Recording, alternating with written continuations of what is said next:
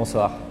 Je fais cette vidéo aujourd'hui parce que j'ai l'impression que notre société vit toujours dans l'excès et qu'elle n'a toujours pas réussi à trouver son équilibre. Ce qui me choque aujourd'hui en Europe, c'est qu'on s'astique tellement sur le minimalisme, la singularité des choses, et d'un autre côté, on a tellement des carences compliquées, par exemple dans notre manière de consommer, dans l'inégalité des salaires hommes-femmes, dans l'image toujours aussi dégueulasse de la femme dans la société, dans nos discours politiques ou encore dans les exemples qu'on met en avant là dehors.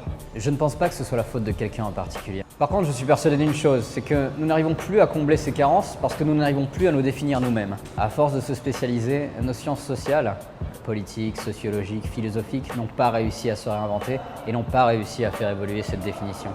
Pendant ce temps-là, certaines sciences naturelles, comme par exemple la physique, ont évolué tellement rapidement que certains concepts aujourd'hui dépassent même la métaphysique. Bref, commençons quelque part et essayons de nous définir par nos biens matériels, ce que nous consommons.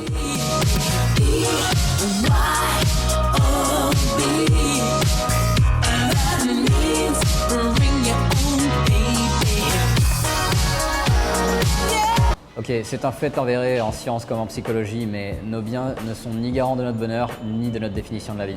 Peut-être alors nos valeurs identitaires, culturelles ou ethniques peuvent être garantes de cette définition de la vie, mais ça pose quand même un problème parce que c'est pas parce qu'on est d'origine française que nos globules rouges, nos molécules et nos atomes sont français. Mais celle-ci dépend également du type de produit sanguin transfusé.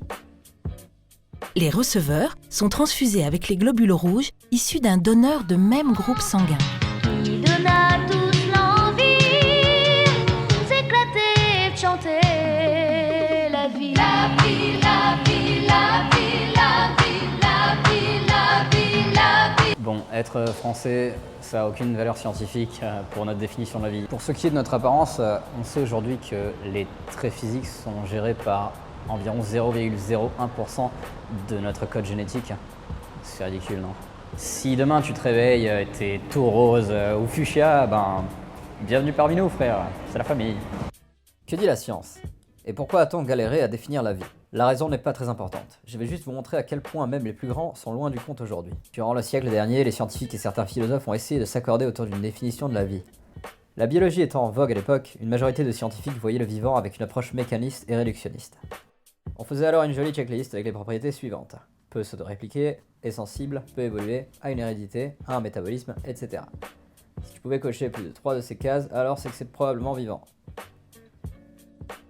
La vie est un système chimique autonome capable de suivre une évolution darwinienne. Alors ça, c'est la définition de la vie selon la NASA. Non, vous ne rêvez pas, les mecs doivent rester je ne sais pas combien de temps sur une planète pour quand même observer le darwinisme. Non, enfin, ils sont sérieux quoi.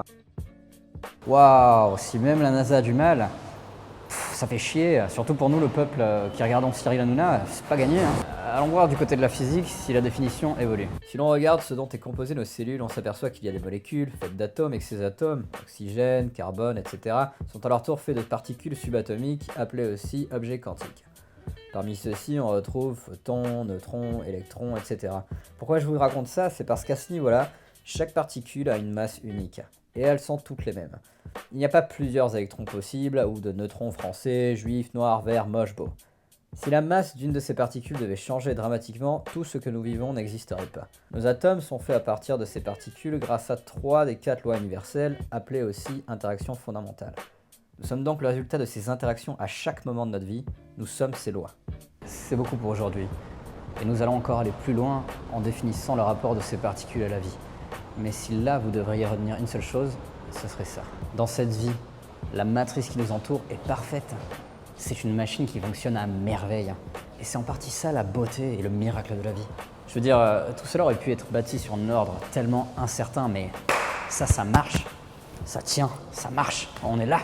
Voilà déjà une chose que nous pouvons ajouter à notre définition. Dans notre essence, nous sommes parfaits. Je veux dire, oui, en biologie, tout s'attaque, se bouffe, dégénère. Mais en physique, tout est harmonieux. Madame, monsieur, qu'avez-vous fait pour vos atomes aujourd'hui ?